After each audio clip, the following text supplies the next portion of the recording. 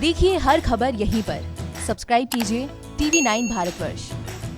हर किसान परिवार तक सीधी मदद पहुंचे और जरूरत के समय पहुंचे, इस उद्देश्य में ये योजना सफल रही है।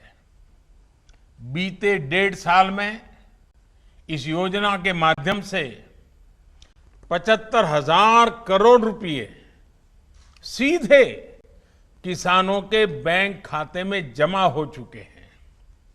इसमें से 22,000 करोड़ रुपए था कोरोना के कारण लगे लॉकडाउन के दौरान किसानों तक पहुंचाए गए हैं।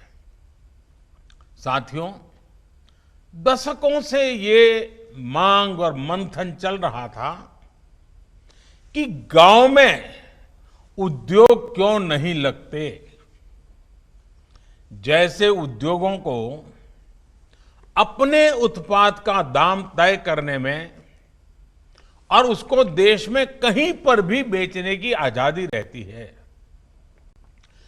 वैसी सुविधा किसानों को क्यों नहीं मिलती। ये अन्याय किसानों के साथ क्यों हो रहा है।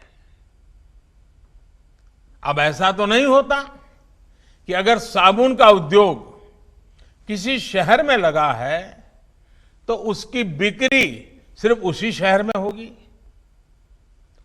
कि साबुन तो देश के हर कोने में, दुनिया में कहीं पर भी बिक सकता है, लेकिन खेती में अब तक ऐसा नहीं होता था। जहां अनाज पैदा होता है तो किसान को स्थानीय मंडी में जाकर के ही उसको बेचना पड़ता था। इसी तरह ये भी मांग उठती रही कि अगर बाकी उद्योगों में कोई बिचौलिए नहीं है तो फसलों के व्यापार में ये बिचौलिए क्यों होने चाहिए। अगर उद्योगों के विकास के लिए इंफ्रास्ट्रक्चर तैयार होता है तो वैसा ही आधुनिक इंफ्रास्ट्रक्चर कृषि के लिए भी मिलना चाहिए। साथियों, अब आत्मनिर्भर भारत अभियान के तहत किसान और खेती से जुड़े इन सारे सवालों के समाधान ढूंढे जा रहे हैं।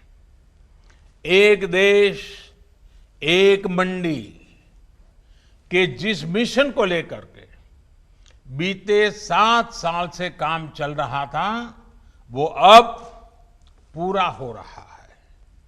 पहले इनाम के जरिए एक टेक्नोलॉजी आधारित एक बड़ी व्यवस्था बनाई गई। अब कानून बनाकर किसान को मंडी के दायरे से और मंडी टैक्स के दायरे से मुक्त कर दिया गया है। अब किसान के पास अनेक विकल्प है।